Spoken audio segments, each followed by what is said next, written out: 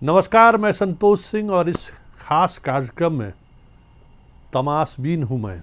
जी हाँ, हमारी भूमिका एक ऐसे तमाशबीन की है जो हर चीज़ों पर नज़र रखती है, 24 घंटे नज़र रखती है, लेकिन उस नज़र से नज़र मिलाने में या नज़र से नज़र मिलाने के सहारे जिन चीज़ों को हम आप तक पहुंचाना चाहते हैं, कभी कभी हमें उसको लेकर तमाशबीन भी बनना पड़ता है। कभी संजय की भूमिका में भी आना पड़ता है, महाभारत के संजय की भूमिका में।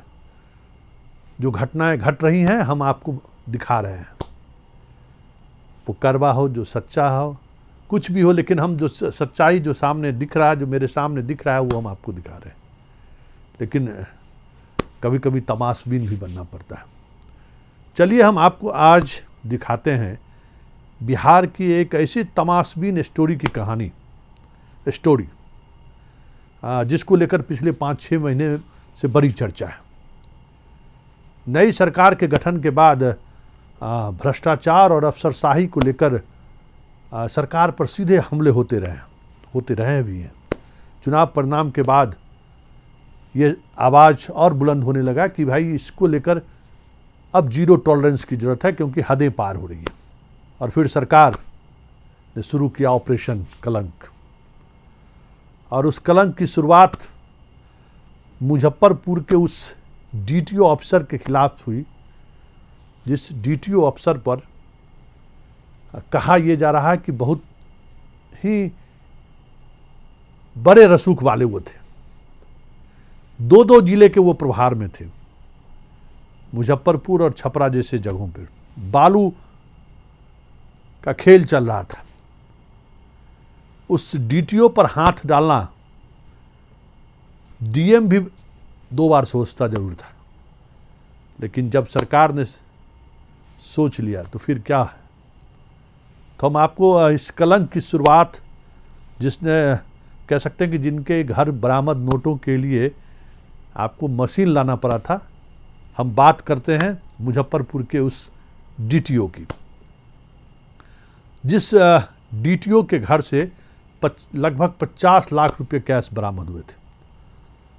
और उस बरामदगी के बाद जो खेल शुरू हुआ, फिर जांच शुरू हुई, निगरानी का ये ऑपरेशन था।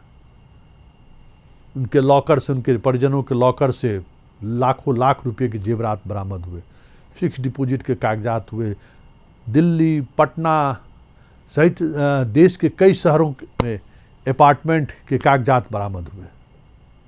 तो कार्रवाई हुई, लेकिन इस कार्रवाई के बाद भी कुछ ऐसी कार्रवाई हुई जिसकी चर्चा अब सरेआम है।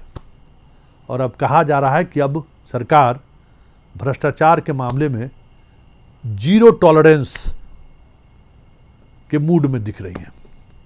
और इसी मूड में बालू माफिया के खिलाफ कार्रवाई हुई। हम आपको तस्वीर दिखाते हैं कि अलग अलग जगहों पर जो रेड चला, उस रेड में क्या बरामद हुआ, ये एक समझने की जरूरत है।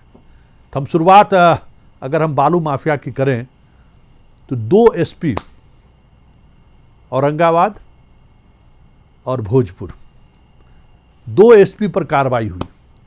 और ये दोनों एसपी किसी समय में काफ़ी रसूख वाले माने जाते थे। वो भी दौर था जिसमें राकेश दुबे बिहार के प्राइम पोस्टिंग जिसको कहता है, उस पोस्टिंग के वो हकदार माने जाते थे। औरंगाबाद एसपी तो नालंदा से उनका ट्रांसफ़र हुआ था। नालंदा जैसे जगहों को वो एसपी रहते, और जब औरंगाबाद पहुँचे तो फिर वो चीज़ें देखने को मिली कि आखिर वहाँ हो क्या रहा था। दोनों एसपी पर कार्रवाई हुई, और उस एसपी के बाद 4 एसडीपीओ सहित टोटल 41 अधिकारियों पर कार्रवाई हुई है। और उन कार्रवाई की फहरिस्त की अगर उन अधिकारियों की सूची आप लें, तो चाहे वो पंकज रावत हों, चाहे संजय कुमार हों, कई जो अधिकारियों के यहाँ छापेमारी हुई, उन अधिकारियों के रसूख की बात करें तो कहा यह जाता है कि इन पर बड़े बड़े लोगों का संरक्षण था। लेकिन इस बार सरकार किसी भी तरह के संरक्षण के इसके मूड में नहीं थे, और कार्रवाई हुई।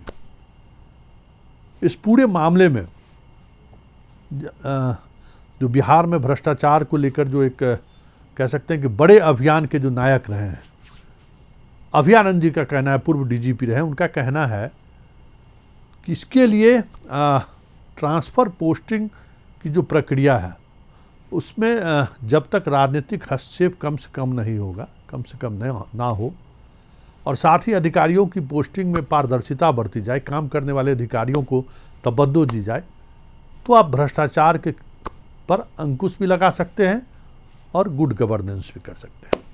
चलिए, आज तमाशबीन हूँ मैं बस इतना। फिलहाल हमें इजाज़त दीजिए। नमस्कार।